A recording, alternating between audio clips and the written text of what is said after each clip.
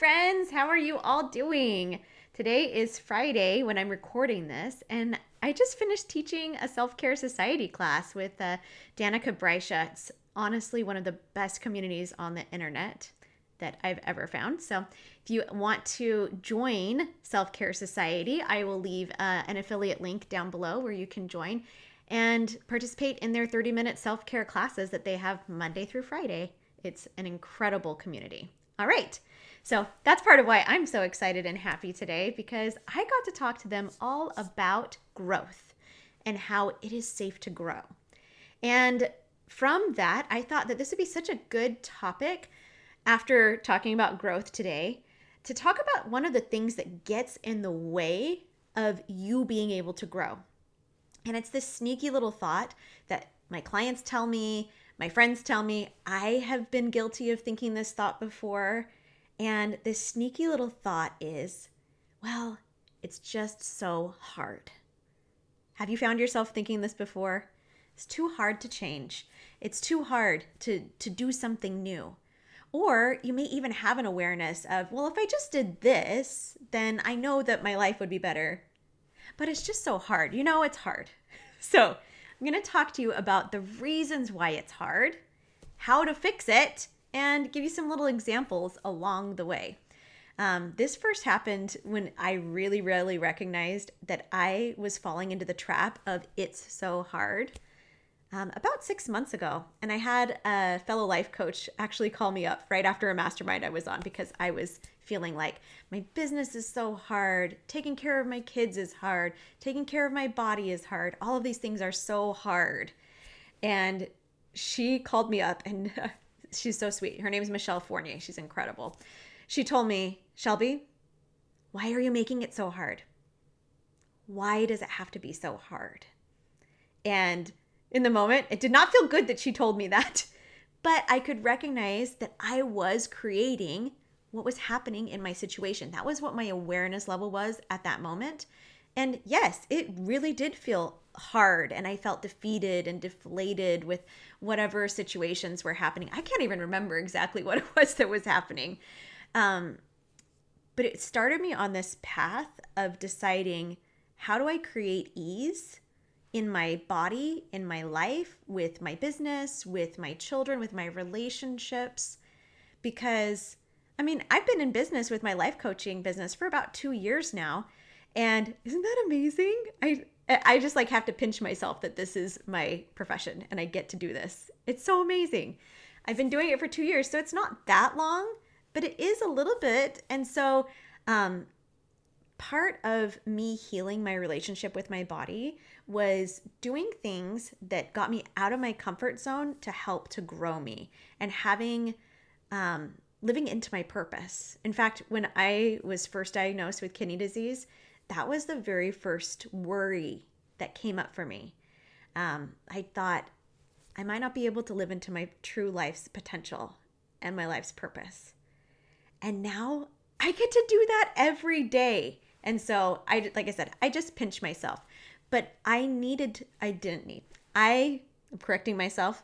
I wanted to create a vocation for myself that was healthy for everybody in my life, but more importantly, healthy for me and helping me to be able to heal, because my relationship with my body was not great. And that's what I love helping other women to develop, is better relationships with your body, so that you can go after those goals and those dreams and those aspirations that are your God-given desires. Okay, so we're going to talk about what gets in the way of that. So the first thing that happens, one of the reasons why it's hard, is because you might be doing the wrong thing. Okay? I want to tell you a little bit about last year I was working with a coach about learning how to unlearn the pain that I felt when I was running. I've had chronic pain in my hip since I was 14 years old, so for 25 years. And what I've learned about the neuroscience behind pain and all of the most recent pain research, which is so incredible, is that pain happens. Pain is created in your brain. We have neutral sensations in our bodies, And our brain gets the sensation. And then if your brain is in a fear state, fight, flight, freeze, or fawn, will determine if it will send pain to that area. The sensation happens first, brain interprets, and then brain, depending on what nervous system state you're in, if you are in fight or flight, freeze, or fawn, it will send pain to that area. Now, this is good because you want to feel pain when something is dangerous to keep you from continuing to injure something. The problem with what had happened with me was that I was not injured, but my body had memorized the sensation of pain, the reaction of pain to a neutral sensation. So I was trying to do the wrong thing at the beginning of learning how to unlearn my pain by trying to make my fear go away. And that was really hard. I was just like, okay, so the answer is if I just never feel fear again, then I'll never be in pain again. And then I can run as much as I want to. That made it really hard because we were supposed to experience fear. We're supposed to experience pain, emotional and physical pain. And I was focused on the wrong thing. And that's why it was so hard for me. When I started to learn a new skill of how to relate to pain and how to relate to fear and to not be afraid of feeling fear, to let my body be a safe place to experience both physical and emotional sensations, that's when I started to recognize that I didn't need the fear to go away. All I needed was to allow my body to be a safe place to experience any emotion. The moment that I was willing to experience all emotions, that's when the pain just fizzled out for me. In fact, it happened in the middle of my triathlon at the Cleveland Rock and Roll Hall of Fame last year in the summertime. It was in August. I was at the top of a hill looking down on one of the Great Lakes. I can't remember which one it is. And I was coming to the last downhill portion of the run. And I started to feel some pain in my legs, in my ankle, in my hip. And that was the point where I realized, go ahead. Like, I'm willing to feel all of this. Like, if I need to feel pain right now, I'm going to feel pain and I'm not going to worry about it. And I really was all in on that. And the pain just disappeared because I wasn't afraid of it anymore. So whatever you're trying to do might be really hard because you're just trying to do the wrong thing. You're trying to get rid of something that's actually healthy for you. Getting rid of fear is not something that I want to do. I want to feel fear because it serves me and protects me in a lot of ways too. Fear is not the enemy. It's me being resistant to it that was what was making it so challenging and so hard. Okay, number 2 reason it might be so hard is that you're using the wrong fuel for your actions. And what do I mean by this? In the self-coaching model, it talks about how your thoughts create your feelings and your feelings drive your actions. Your feelings and your emotions are literally the fuel that is the source for any action that you take. Every single thing that you do or don't do in your life is because of the way that you are feeling, the emotion that you are experiencing. Let's see. I have a story here about that. So thinking about this fuel, if you have, let's say you have a new goal coming up for January, for the new year, and you find yourself, maybe your goal is to eat a little bit healthier. It'd be great. If you're finding it very hard, look at what emotion you are fueling those actions that you want to be taking. What are you believing? Because the thought creates the emotion. If you feel like you're experiencing a lot of frustration over this new goal of eating healthier, what are you believing? Are you believing this is hard? That might be causing some frustration for you. Or are you open to some possibilities? Because if you are thinking thoughts that create ease, that emotion of ease in your body, then your actions become easier. I know it's so simple, but it's really easy to pass by this one so quickly. Because when you are believing things like there's 1,000 ways for me to be able to figure this out, or eating healthy is really easy for me. I'm the type of person who eats healthy food. I have healthy systems in order to create healthy meals for myself. Whatever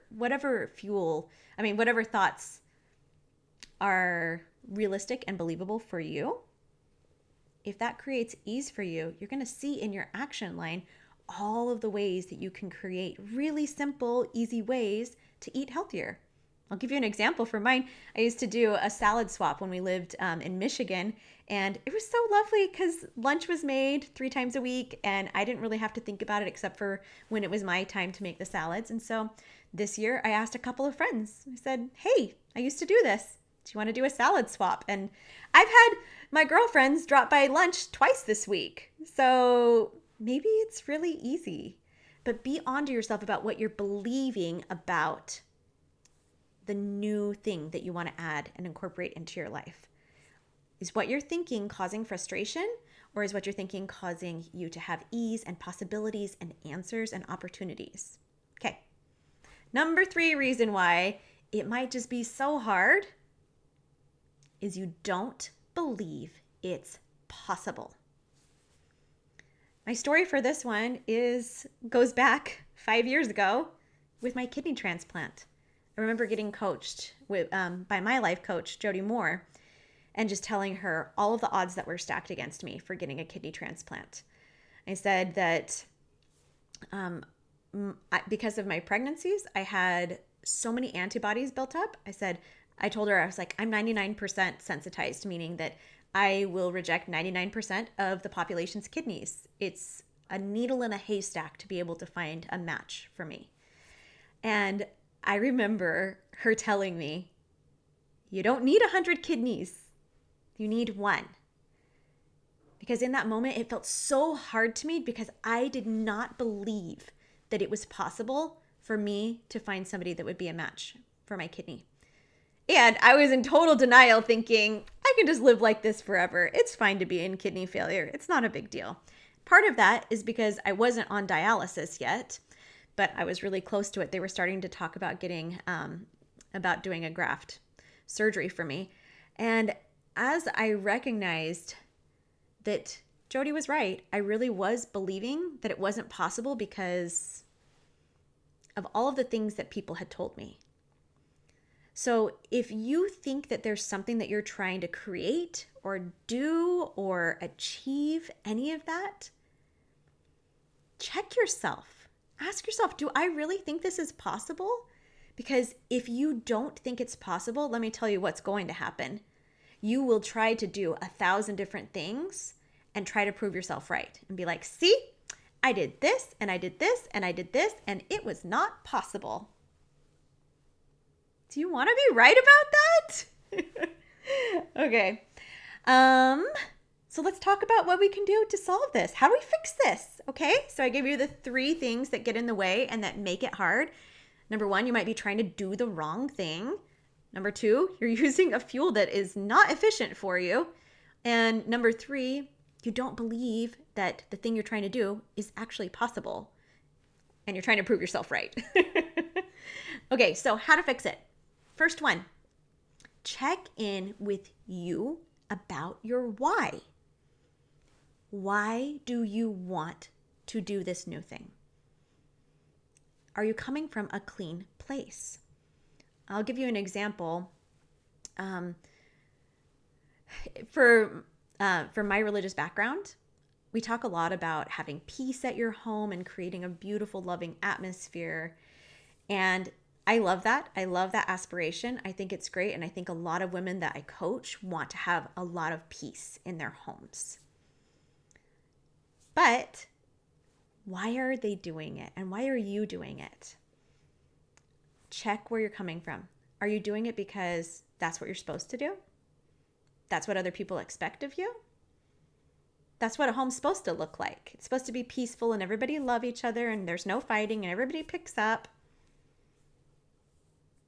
Because that doesn't seem like a really fun place to be coming from. So Doesn't mean that you need to change what you want. You can still want to have peace at home, like create a peaceful home. But come at it from what is my true desire about this? Why do I really desire this? And it could be any number of things. But my favorite is always because I want to. And I don't really need a whole lot of other reasons other than that's my desire and I just want that. I don't justify it. I don't look to other people and be like, well, they think that I should do that, so I should do that. It seems like a good idea. I've got their permission, so I can go forward. Nope. I want to is a good enough reason, and it's a really actually clean place to come at it, to come at any new goal from it. Like one of my goals in the future is to run at either the Transplant Games or the World Transplant Games. And I used to want to do this. I used to write this in a journal every day. Like, I win the Transplant Games triathlon.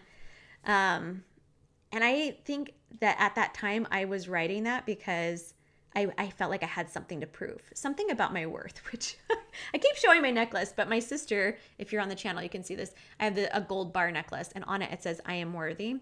One of my sisters gave this to me a couple years ago. And I wear it almost every day. I wasn't checked into my worthiness and my deservingness and the understanding of that worthiness. And so I felt like I had something to prove in that, because if I could do that, then I could be healthy and I could show people that I was healthy and I could prove to myself that I was healthy. And it was making it really hard. Can you see the pattern here? But when I checked in with myself about the goal now about doing that, about running the triathlon for the Transplant Games, whether it's the Worlds or the US Transplant Games, I just want to for the joy and the fun of it now. Like, my worth is set and it doesn't change with the place that I would take or how long or how short I would take. It just fills me with joy to think about doing something like that. So check where you're coming from. Check in with your why and just keep connecting back to your why. When things get hard, find a why from your clean place that's not about anybody else's expectations, and key into that, because that always creates ease. Okay. Number 2 fix is check in with your emotional fuel and your mindset. Okay. I'm going to share some of my favorite current thoughts that I use, especially for my business. One of the reasons that I started my business was because I had seen such amazing results with life coaching, that my relationships were great. My health and my body was great. I'm like, what other parts of my life? I'm like, travel, like all of these things that I loved in my life, I was creating, and they had gotten exponentially better with my with life coaching. And I was ready for the next challenge. And for me, the next challenge was my kids are getting older and I really feel called and led to create a business. And I was open to whatever business it could be. It could have been, I'm like, I've already had 2 failed businesses. For all of those of you that are like, oh, she's, doing so good. I'm like, I had a sewing business with my sister years ago, decades ago. A decade, not decades. I'm not that old. Actually, maybe I am. Anyway, I had a sewing business. I had a speech therapy business. I wanted to do speech therapy in people's homes for toddlers. And COVID hit, and I feel like maybe that's not the safest place for me to be, being immunocompromised. So I pivoted. 2 failed businesses, but I knew I was open to whatever business was going to come, because I knew that was my next opportunity for growth. And so I want to share some of the thoughts that are my favorite ones to help with my emotional fuel and my mindset. When I have my mind in the right place with the thoughts that I'm believing and practicing over and over again, it creates an incredible fuel that helps to propel me forward in my big goals, which right now, my business is one of my big goals and I love it. So here's one of them is I'm the best me, not anybody else. I'm not my past. I'm not my future. I'm the best me right now. Number 2 thought, I'm supposed to suck at this. It's called learning. Number 3, I'm allowed to enjoy my skill level at this moment. And none of this has anything to do with my worth. And then the last one on this sticky note, I have so many thoughts. I can give you lots of them. But one of them was, the last one is, I'm ready for abundance today and every day. When I check in and get my mindset in that way, it becomes really simple to do amazing things like create free videos for you and free podcasts for you. Okay, last thing. And this is what I've learned from my mentor, Brooke Castillo. And she says that successful women know that it's their responsibility to teach yourself what is possible. I'm constantly teaching myself what is possible. Last year, I did not think at this time of year, in January, that I would be able to get on my treadmill and run 2 miles with zero pain. My mind is blown the power of coaching that has created that result for me. I've also taught myself what's possible with, you can see like with the transplant. I didn't finish that story. Right after I had that coaching with Jody, where she's like, you just need one, was when I was like, you know what? Jody's right. It is possible for me to get a kidney transplant. And so I took that little hope and that teaching myself what was possible. I didn't even know what I was doing back then because that was back in 2018.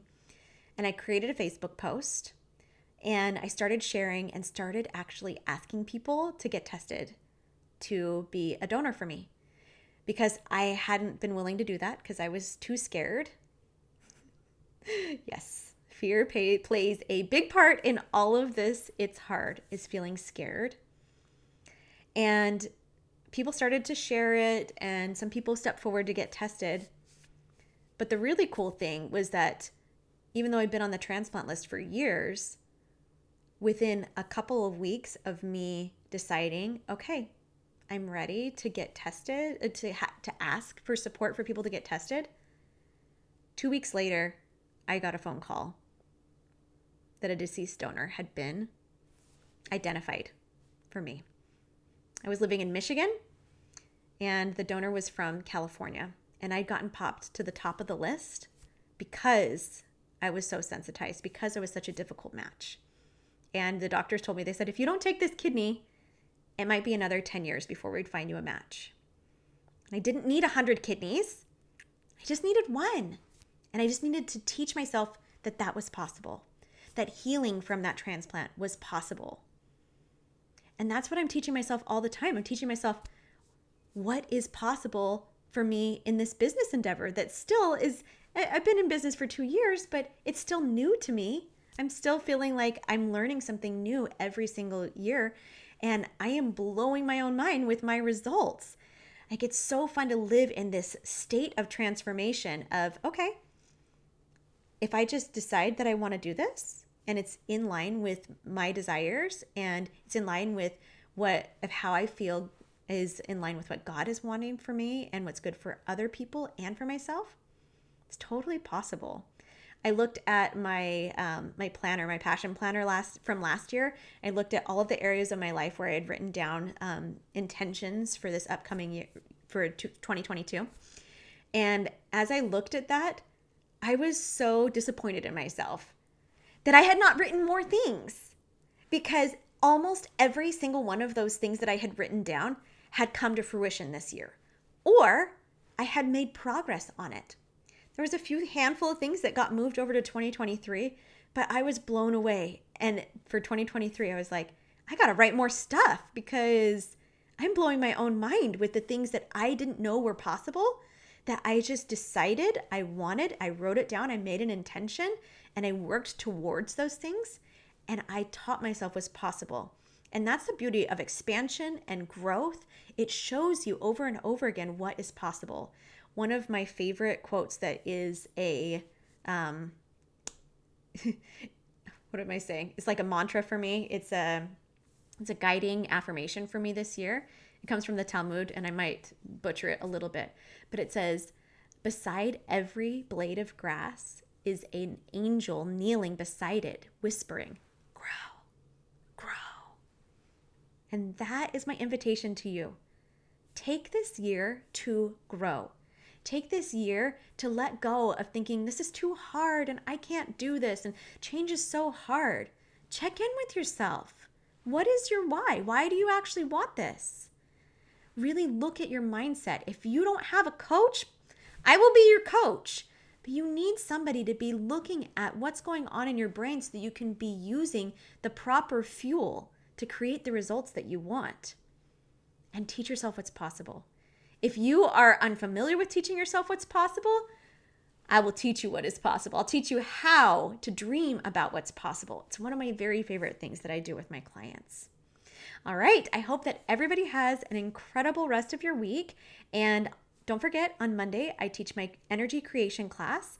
It's for 30 minutes, and we talk about topics like this, and you get in-depth journaling prompts to be able to really make some mini transformations. The coaching is where the real transformations happen, but you can get a little mini dose live on Mondays. It's at 11:30 a.m.